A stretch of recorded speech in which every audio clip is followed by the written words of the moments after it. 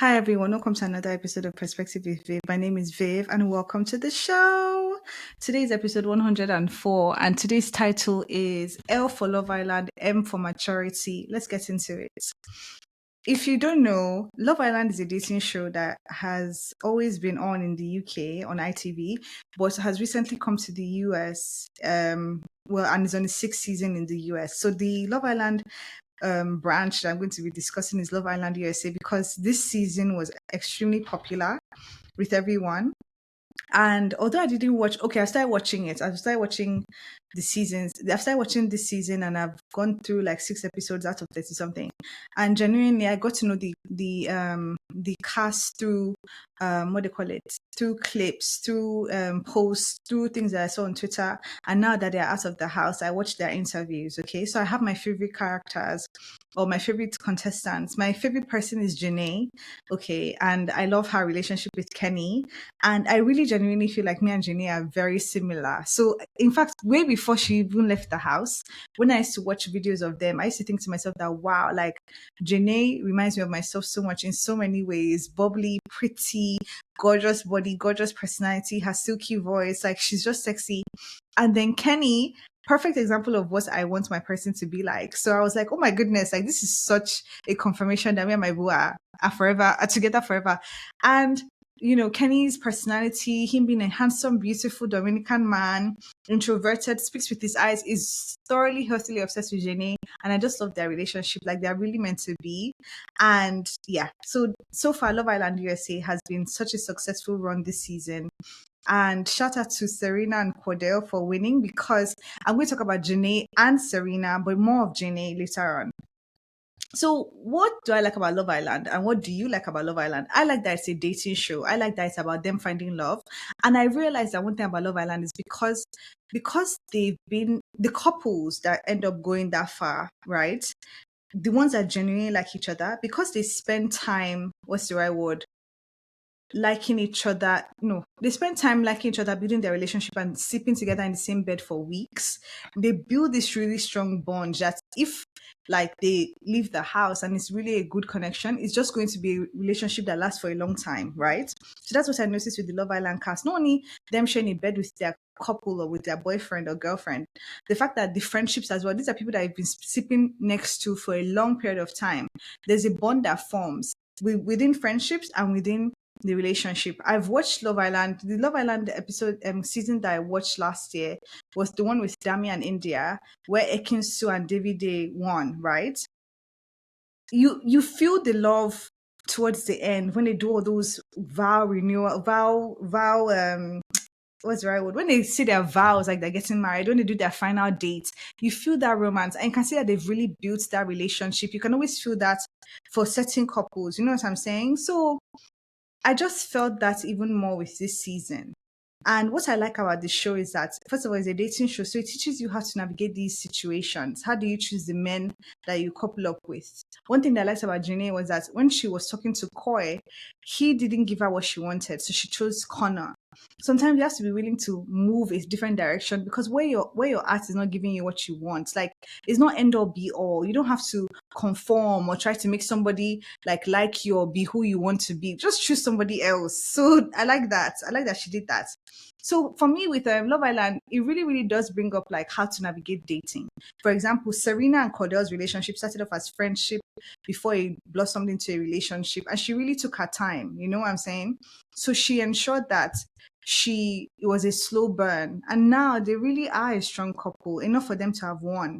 And from the beginning where she was like, I wasn't feeling Cordell, I'm not feeling you, and she told him, and he was patient. So it gives you that insight of what to look for in a person: patience, consideration, the ability to communicate. When Cordell and Serena were having that fight where Serena was shouting at Cordell, he allowed her to speak. He allowed her to express herself. He didn't try to police her emotions. He didn't let his ego get in the way. He was also sticking up for himself and speaking up for himself. You know what I'm saying? There was respect on both ends. Even though Serena was cussing his ass out, like he didn't care. He liked her. He knew that he had done something wrong. And he was man enough to hold himself accountable, be held accountable, and listen to what Serena had to say. Despite other men being like, oh, do you want her to talk to you like that? Do you want her to be like this to you, etc., etc.? No. So I really like that. I really did like that a lot. So, one thing I did want to say was that so with Love Island, it does teach you about relationships and different contexts and what to look out for. It also brings to light how women are in terms of friendships and who is more of a pick me, who is more of a male centered person and who isn't. Serena is one that said that she isn't, and she showed in the way she acted. You know what I'm saying? Even with her interviews now coming out, you can see the way she's talking about men. There's a particular interview with Jenny that she did where they're talking about men, and what Serena was saying made it clear to me that, oh yeah, this girl really knows what she wants and who she is. So that is what made me want to start this episode, because of what Janae was saying in that interview where she said that, oh, she used to ask men out on dates, she'll go and pick them up. One of the challenges that they did, Janae spent $300 on a guy when they went out on a date. And I was like, Janae. But one of the things that did stick out to me was that people were calling her a pick me. That Janae used to be a pick me. Oh, I'm glad that she's changed and all of that. But some people were like, Janae isn't a pick me. A pick me is somebody that is male centered to the point where she puts another woman down for male validation. And they never saw Janae do that. If anything, Janae is what you call a go getter or somebody that's hyper independent, that knows what she wants. So she goes after it. And what I liked was somebody tweeted that she doesn't let the men come to her, she goes to them. And I related to that a lot because that's the kind of person I used to be. Not somebody that would spend money on men, but in the sense that, like, I would be straight up, like, I like you. You know what I'm saying? Like, I would be that sharpshooter. Like, I used to take shots, you know? But that has really, really eased with years. Like, that's why this episode is also called M for maturity. Because I was able to recognize that in Jenny. And I love that she was able to now say that, look, now I'm with Kenny, and Kenny will not let me do any of those kind of things. You change, you mature. But I would like to say with my mouth that Jenny isn't a pick me. But that's what made me now lead or be led to the topic of maturity. You see, like I said, pick-meism is you being a woman that puts another woman down for a man's validation. And I remember in one of my episodes, I was saying that I was a former pick-me. I have never been a pick-me. I take that back. I've never been a woman to put another woman down for a man's validation. That's not the kind of person I am. I'm not that kind of disgusting person. I'm so sorry. Like, I'm not seeking a man's validation. If I'm putting a woman down and a man happens to be there, she's acting like a fool. Do you get what I'm saying? And it's not to impress the man. It's not even in my mind to say, let me impress this man by putting this woman down. But I've been around women that have done that. Do you get what I'm saying? And so I started to laugh when I realized that, oh, pick me.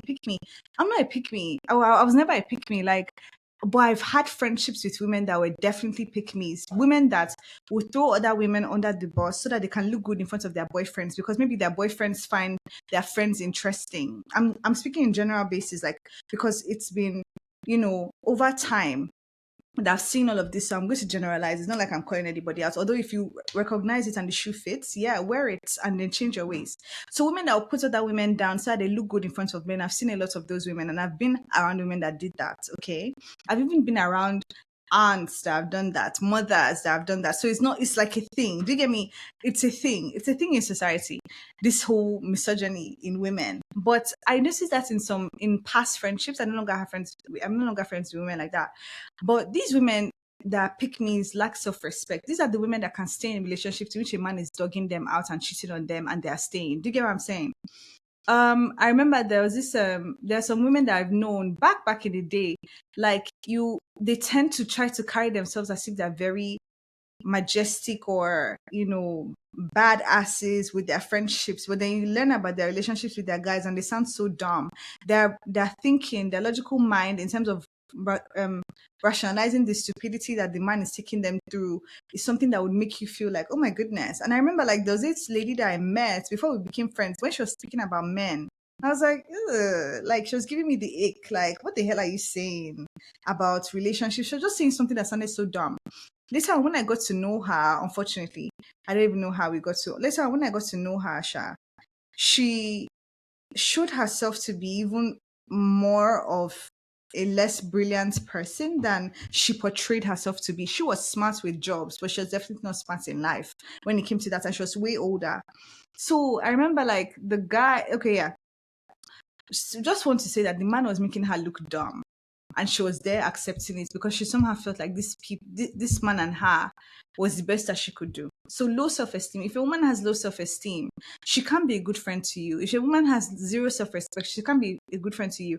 Have you not had friends that have been with men that have cheated on them for long periods of time, maybe their whole relationship, let's say a 4-year, 5-year relationship, their man has been cheating on them consistently and they've still stayed? They come to you, they run to you with their problems. You get what I'm saying? You try to get them out, they still run back to the person.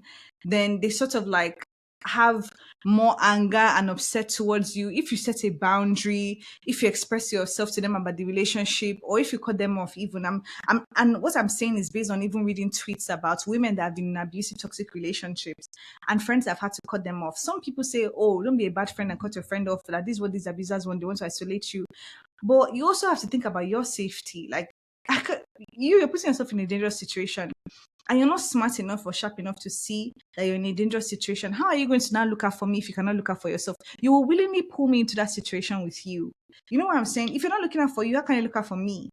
Some friends have had guns pulled on them because their friends are dating psychopaths that carry guns, and then the men are threatened by those friends that are trying to help their girlfriend get out, so they pull guns on them, they beat them up. I'm so sorry. Where do you draw the line when it comes to friendship? I can't do that. I mean, I love my life. So I realized that, and I was like, one thing I was glad was I realized I'm not a pick-me. I have never been that kind of person that would put a woman down for a man's validation. I've never been the kind of woman that would seek to embarrass another woman in front of a man to look good. Like, it just gives me the ick. I've never been that kind of person.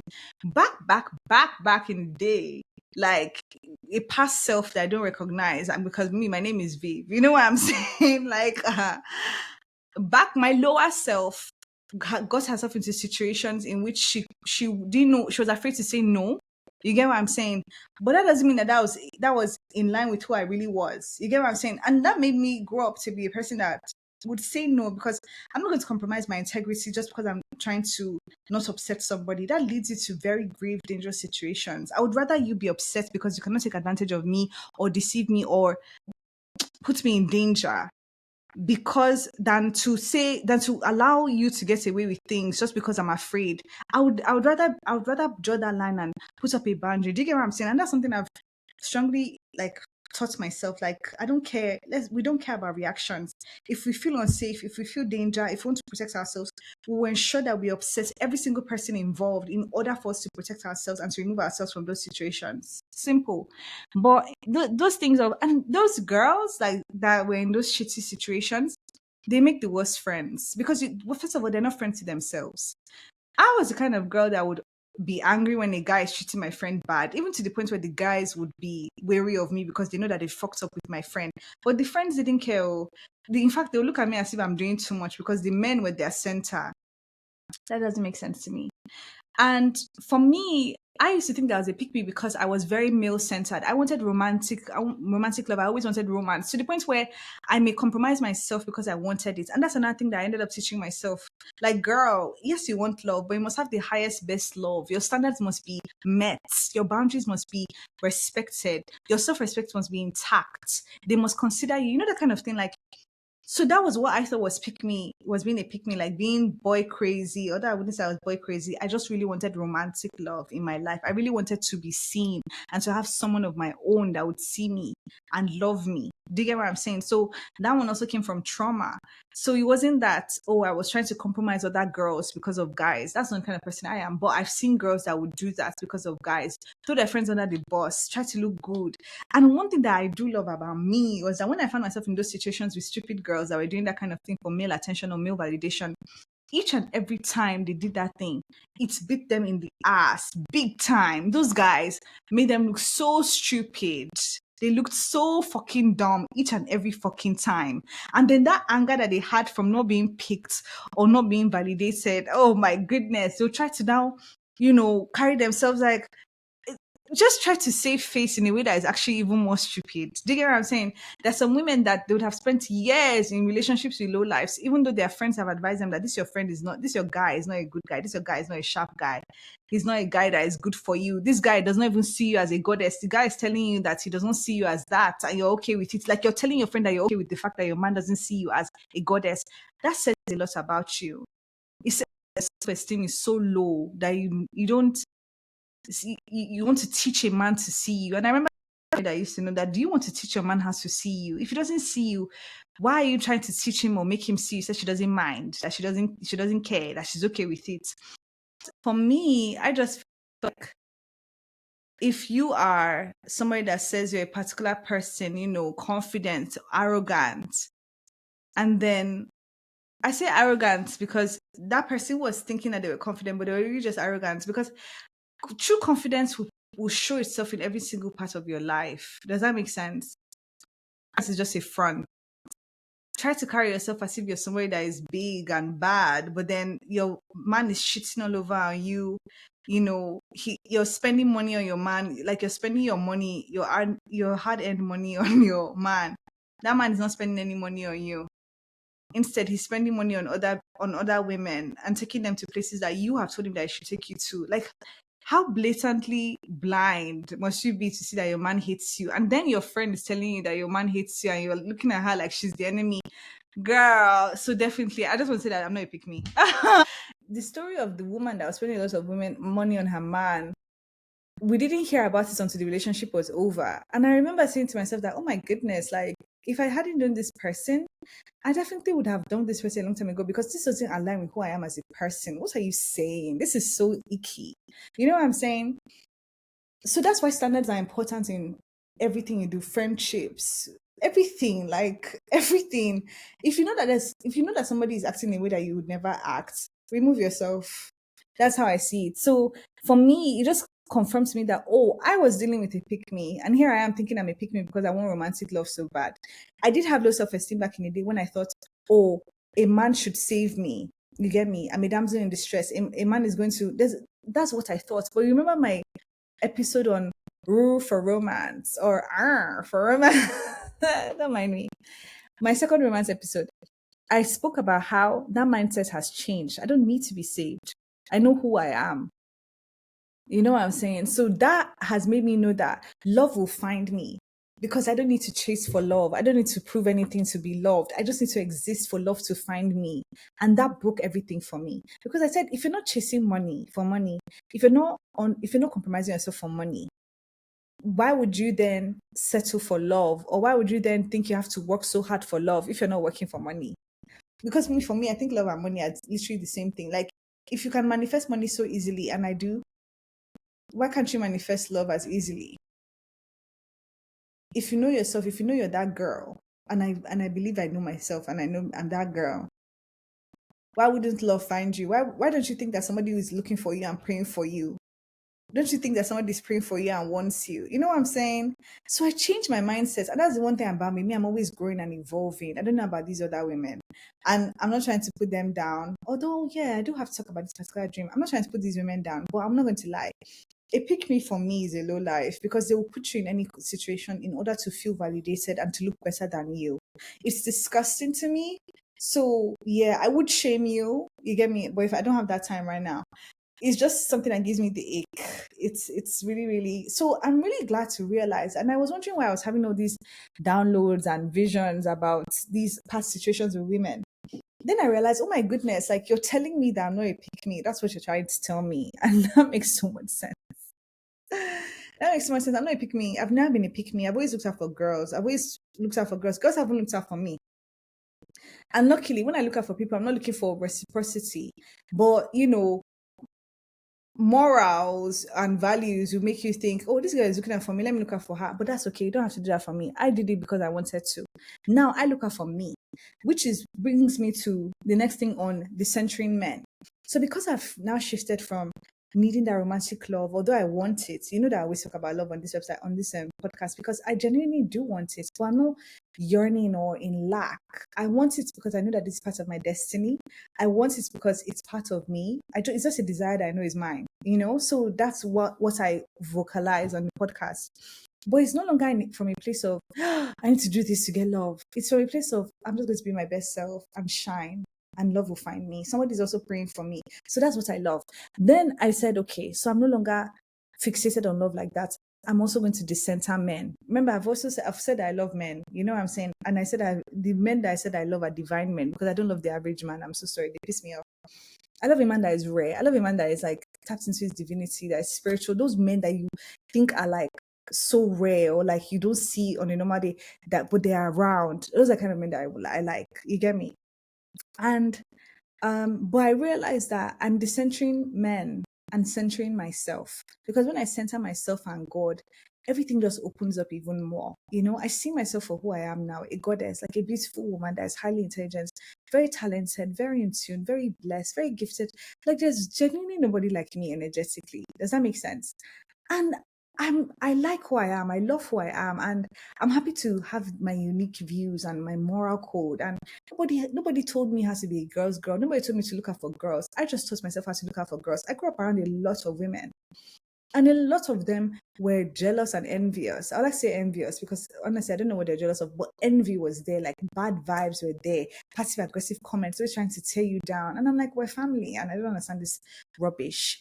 But I grew up around a lot of women like that from all different age ranges. And I realized for me to have come out of that and still be looking out for women, like if you see me in the club and I see a woman walking away with a guy and she's looking drunk, I can come up to her and be like, are you okay? Are you fine? Do you know this guy?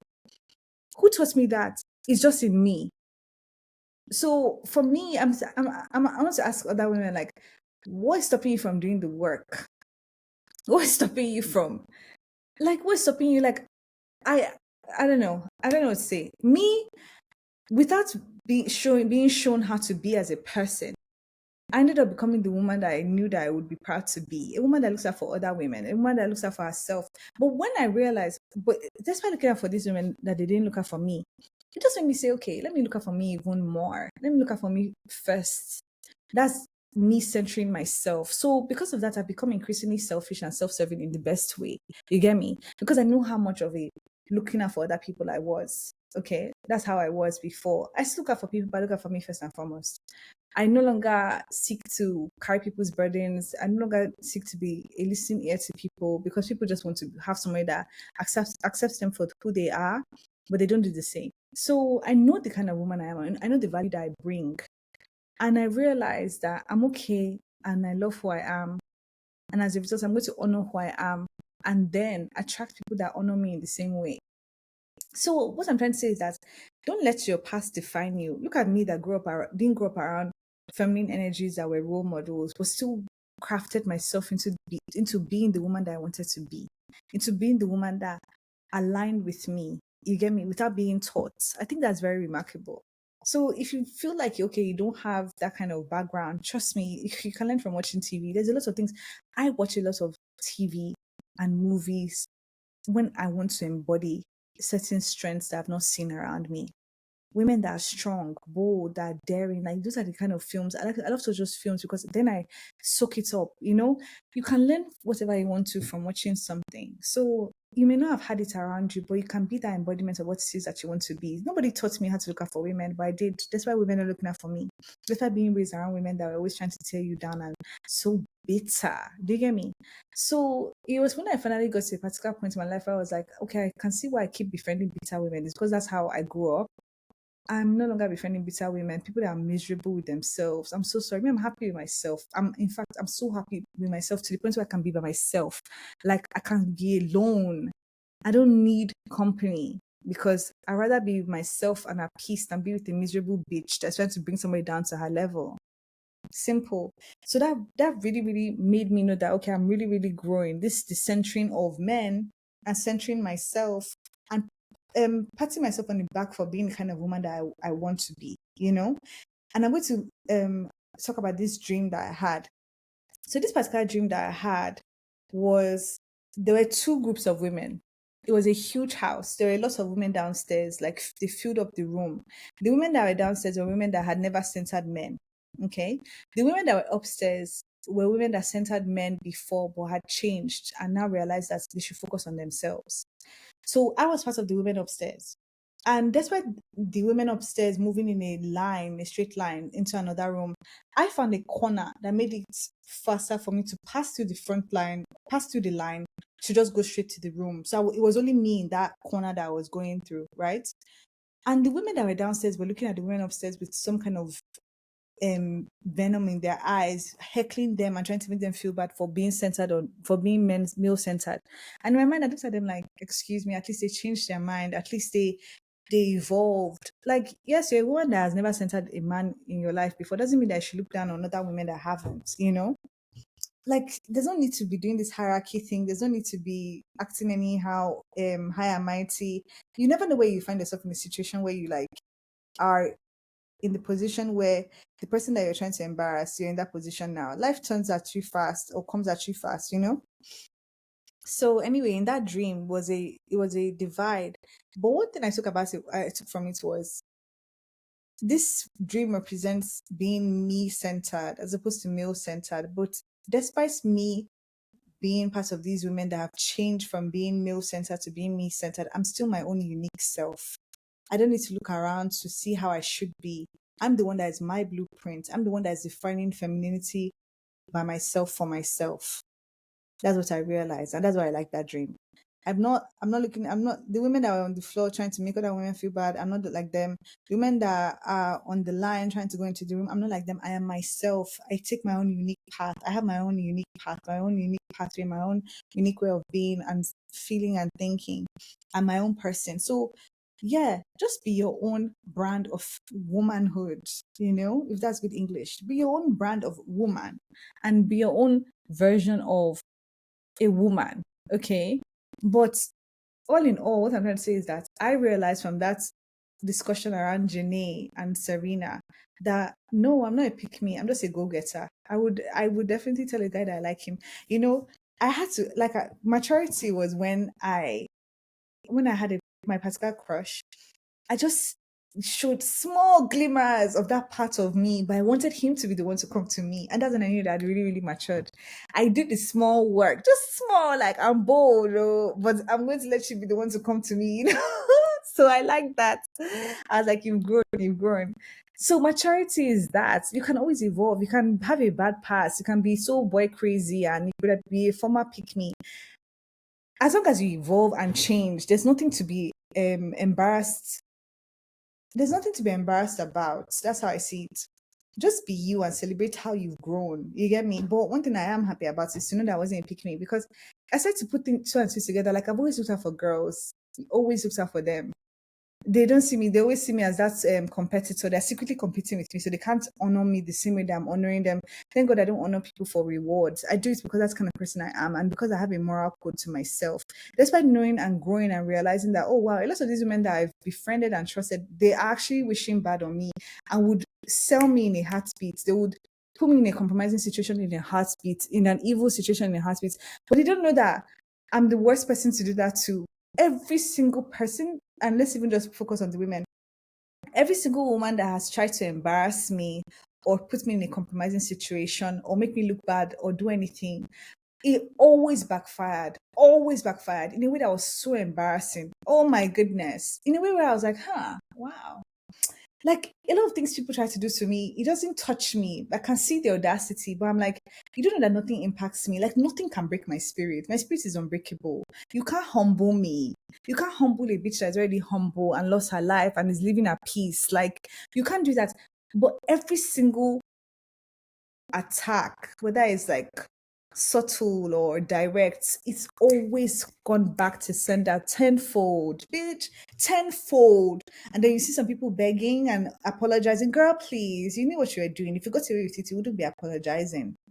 Deal with it, enjoy the benefits of your consequences and leave me alone. So that's what I realized, like, oh my goodness. But that is maturity for me. That is realization for me. That's evolution. So think about it. No matter what your past is, if you've really just reached that point where you're like, I need to change my way of thinking, do it. There's nothing to be embarrassed about. Just keep moving forward and center yourself. You are the blueprint. You are the person. You are where things start from. You are the main character. So that when you finally have that romantic love that you want, you're you centered. You're not centered on that man. That's another thing. Because like for me now, I'm in a place where me, as I'll be the main character in my relationship, like I'll be me centered. And as I'm me centered, I'll be a better partner to you because I'm not focusing on you alone and making myself be the side character. That is so not me anymore. It's all about me first. I'm the main character. So one thing I love about Jenny and Kenny is that they really do remind me of the relationship that I have. Like, I have this idea in my head of the kind of relationship that I want and the kind of like personalities in the relationship. And I feel like they definitely represent that. And because I'm practicing manifestation, or not practicing, I'm really, really being intentional about manifesting. There's this quote that came to mind. It says, signs precede the belief, meaning that you are seeing things that coincide with what you want because you are already what you want.